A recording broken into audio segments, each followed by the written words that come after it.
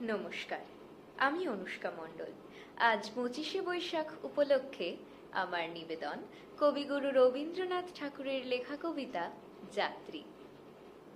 আছে আছে স্থান, একা তুমি, তোমার শুধু একটি আঁটি ধান। না হয় হবে ঘেঁষাঘেঁষি, এমন কিছু নয় সে বেশি। না হয় কিছু ভারী হবে আমার তরি খান। তাই বলি কি ফিরবে তুমি? আছে আছে স্থান, এসো এসো নাই। ধুলা যদি থাকে কিছু, থাক না ধুলা পায়ে।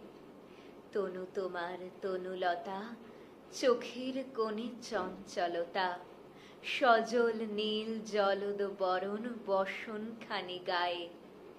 তোমার তরে হবে গো ঠাঁই, এসো এসো নাই। যাত্রী আছে নানা, নানা ঘাটে যাবে তারা, কেউ কারো নয় জানা। তুমিও গো ক্ষণেক তরে বসবে আমার তরি পরে। যাত্রা যখন ফুরিয়ে যাবে, মানবে না মোর মানা। এলে যদি তুমিও এসো, যাত্রী আছে নানা।